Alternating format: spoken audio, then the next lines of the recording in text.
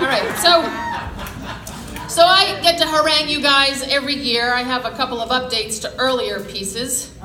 Pajamagrams, which advertises heavily on my beloved NPR, is still pissing me off. It is still an all-white, all-American, no gays, no people of color, no trans, no old people, no disabled people, no diversity at all website. Take note, NPR. And it will now cost you $453.82 to kit out your entire family, plus your pets, in Christmas plaid hoodie footy pajamas, not including the tranquilizer dart you're gonna need for your cat. Which is an 11% increase since 2014. In 2017, I managed to gain another 8 pounds, which is also part of an 11% increase since 2014. Also, my family's Christmas Yankee swap, also known as Your Gift Sucks, still stinks. But it is nothing compared to all the coal that Santa's gonna need for the patriarchy this year. Yeah. Which is kind of ironic, being coal. But here at the bitter end of the strangest year ever, it comes down to kindness. Scrape away the rest, distill the story, the season to its salient fact, kindness. It all comes down to kindness, the story around which all the tinsel and Amazon gift cards and drunken office parties are hung, the humbling miracle of an infant in a stable. Because the equal and opposing narrative, the legacy of Herod and his ilk, and you know who I'm talking about, the distillation of greed and power and entitlement and money, is hate. The fundamental brutality that our culture celebrates so well. Don't get me started on football and guns and not my president, but there are right this minute 503 different toy weapons you can purchase for your kid at Toys R Us and Hyannis. We never talk about this. Like it's a given, like it's okay that we are a nation of savages. What a strange moment in history. What will they be writing about 2017 in 387 years? That it was the beginning of a regressive American dystopia, a time of consumption and corruption and the rise of the idiot kings? Or will they write that this nadir was a turning point? That it started in Alabama, of all places? That we rose up and fought for human decency, for our neighbors, for kindness, that we did more than watch the news on our phones and shake our heads, that we did not let others do the work while we waited, that we resisted, persisted, revolted. What does that even mean, Christine? Resist, persist, revolt. How? In what way that is meaningful, and why? We already live in Massachusetts. And isn't that what we pay Elizabeth Warren for? I don't know about you, but I'm having a hard time here in my community now, where the right thing, the true thing, is sometimes a tough sell, where I got lectured at Trader Joe's. Trader Joe's, where every moonbat liberal gets their free-range eggs and chocolate-covered peppermint JoJo's. Lectured at Trader Joe's by a woman for wearing my pink pussy hat. So sometimes it's easier, safer to not speak up. It is often my responsibility to be the feminist killjoy at family events. But am I making a difference? Me and my big mouth, my bumper stickers, my evidence-based arguments, my zero tolerance. It's been a year of hard work. I'm exhausted, and so is my husband. And the deeper I go into social media, into my Twitter feed, my research online into how much it costs to dress a family of 4 plus their pets in hoodie footy pajamas, all the blogs I follow, all the asks for money from the DNC since I donated $100 to Doug Jones, my phone chirping hourly most days with my daily stream of the next outrageous thing, the deeper I go into my alt universe, the more checked out and disconnected I become. My laptop, my phone, all my news feeds, all the access to all the information all the time is really a soul-sucking vortex of despair. Even the comic relief is bitter. The comments, God, the comments are poison. And the news is breaking my heart. I need to look up. As I see it, and maybe it's just me, but we need to restore our collective dignity. It is bleak in the village most days, even in Massachusetts. We regard each other with mistrust and fear, even loathing. So humor me for Christmas and try this. Or maybe make it a New Year's resolution. It's really simple, so simple it might even be radical. Make a conscious effort to make eye contact with every single person you encounter. You might think you already do this, but you don't. Everyone, not just your family and peers, so there's a good chance you don't make much eye contact with them either. But everyone. The cashier, the waiter, the guy on the bike with dreads near their gas station, number 130 in Mashpee. The man in the pickup with the big flag flying off the back in the Stop and Shop parking lot, you know that guy. The mother with the screaming kid in line, the transgender coworker. The server with blue hair and 2-inch gauges, the teenager with Down syndrome, the tired woman at the DMV in Yarmouth.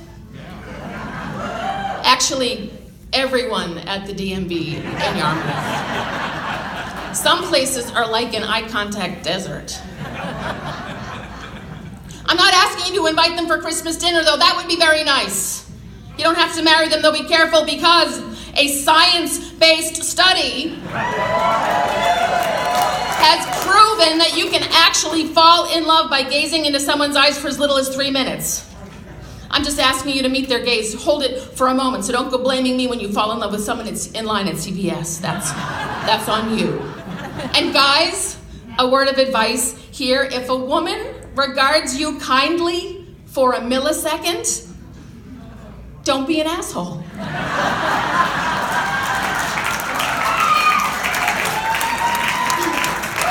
Just a fraction of a second of respect is all I'm asking. You don't even have to open your mouth, and no pesky random act of kindness. Remember those? Just look him in the eye. Look. Be not forgetful to entertain strangers, for thereby some have entertained angels unawares. Hebrews 13. Put a pleasant expression on your damn face and look everyone you encounter in the eye without judgment, without any assumption other than that they may be someone who requires your kindness. Maybe you smile, too. Maybe you nod your head. Maybe even a word, hello, 2 words, happy holidays. You might even have a brief, innocuous conversation with a complete stranger. It may not be easy. You might make some folks uncomfortable since they are so used to being invisible. You yourself may be uncomfortable since you yourself are so used to being invisible. But our humanity is disappearing, like the ice sheets breaking off in big chunks. Whoops, there goes civil discourse. We lost courtesy last spring. Honesty packed up and moved to Canada, and the truth. What the fuck happened to truth? These are perilous times. Have you ever gone to Stop and Shop on a Friday in December, crowded with people all buying the same lousy tomatoes, the same reduced calorie eggnog, the same stupid rotisserie chickens? Shopped all the aisles, stood in line checking your Facebook feed on your phone, packed your bags, paid, gotten back in your car, realized you just spent $167 and a whole hour in a building filled with hundreds of other souls, and realized that you did not have a single meaningful human interaction. We are together, but we are alone. No wonder we fear each other. We celebrate power. We elect Herod to the highest office in the nation. No wonder there are 503 plastic pretend weapons at Toys R Us. We arm even our children. What weapon would you bring to an infant in a stable? The village requires your radical kindness. I watched a doctor once greet a patient in his waiting room. The patient was a very old man in a wheelchair. His back was so curved that he could not look up and was left always staring at the floor. This doctor, a cardiologist named Wilfred Mamuya, if you ever knew him, lay down on his back on the floor at this man's feet so he could meet his gaze. Imagine that. So at this turning point in history, amid the fire and fury of tiny-handed assholes, When hate is strong and mocks our song, the way back or the way forward begins with lifting our heads and trying kindness. I'll leave you with a story of our great state. 387 years ago in 1630, the Arbella, a three-masted 28-gun frigate, sailed from New England to Salem bearing the charter of the Massachusetts Bay Colony.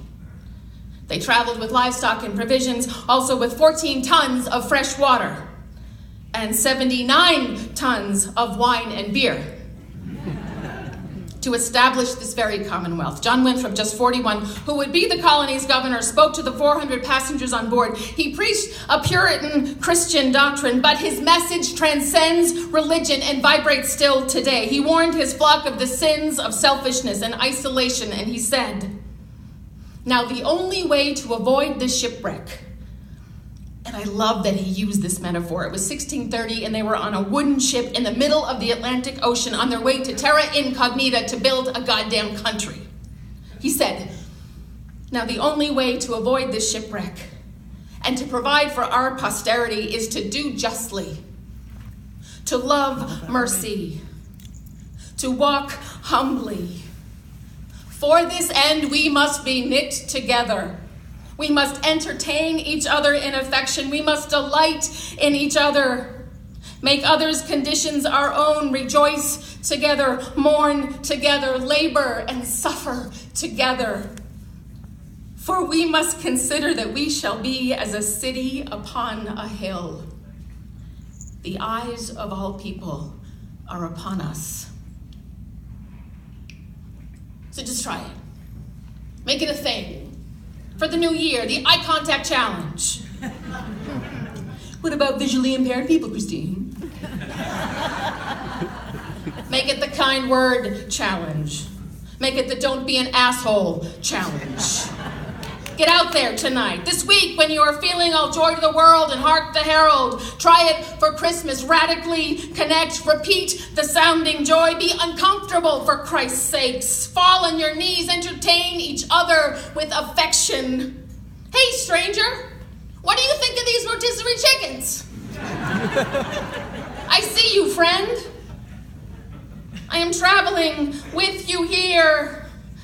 I am also vulnerable and afraid. But we are together. Look around and see if you are not changed. Just try it, rise up, then come and find me. Look me in the eye. Tell me how beautiful your village is. Tell me about peace on earth and goodwill to all.